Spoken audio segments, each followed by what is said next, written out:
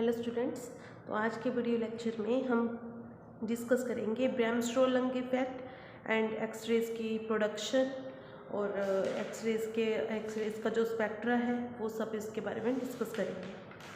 Firstly ब्रैमस्ट्रोल-लंग effect क्या होता है, ये आपको 2 मार्क्स में या 4 मार्क्स में आ सकता है क्वेश्चन। तो देखिए, एक्सरे ट्यूब के अंदर जो इलेक्ट्रॉन्स मूव करते हैं ना कैथोड से, जो आ रहे हैं कैथोड से जो फास्ट मूविंग इलेक्ट्रॉन्स आ रहे हैं वो टारगेट की ओर एक्सेलरेट हो रहे हैं। और जब वो इलेक्ट्रॉन्स स्लो हो जाते हैं ड्यू टू किस वजह से, अब देखो स्लो होंगे, न्यूक्लियस जो है, न्यूक्लियस का स्ट्रॉन्ग ये इलेक्ट्रोस्टैटिक इंटरेक्शन फोर्स लगाएगा।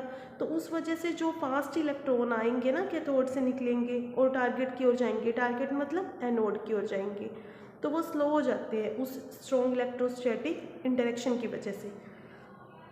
तो जब वो स्लो होंगे तो इसका मतलब उन्होंने अपनी एनर्जी को लूज़ कर दिया, वो अपनी एनर्जी लूज़ कर रहे हैं। वो जो एनर्जी का लॉस है वो एक्सरे फोटोन की फॉर्म में अपीयर होते हैं। तो वहाँ से फोटॉन्स की प्रोडक्शन होती है और वो सभी एनर्जीज के हो सकते हैं। तो वहीं से हमें कॉन्टीन्यूस एक्सरे स्पेक्ट्रम मिलता है सभी फ्रीक्वेंसीज का।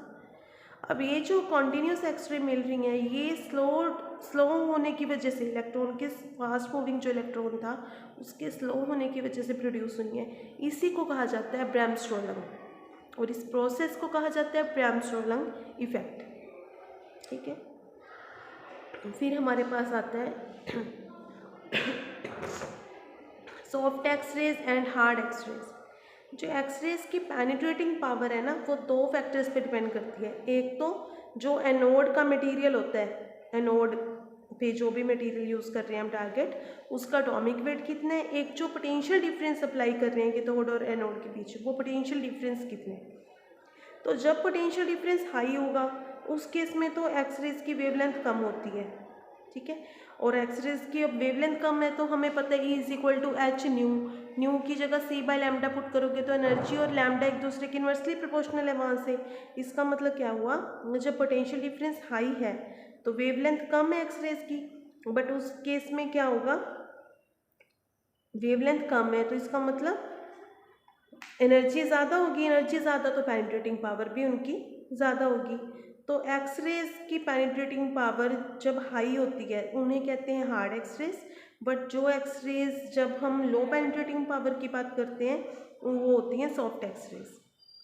ठीक है, और जो सॉफ्ट एक्सरेज हैं उनमें फिर इन्वर्स हो जाते हैं, उनकी वेवलेंथ ज़्यादा होती है, एनर्जी कम होती है। एनर्जी कम है तो पेनिट्रेटिंग पावर कम है, तो वो सॉफ्ट एक्सरेज हैं। जब एनर्जी ज़्यादा एक्सरेज की तो वो पेनिट्रेटिंग पावर उनकी हाई है, इसका मतलब उन्हें कहते हैं हार्ड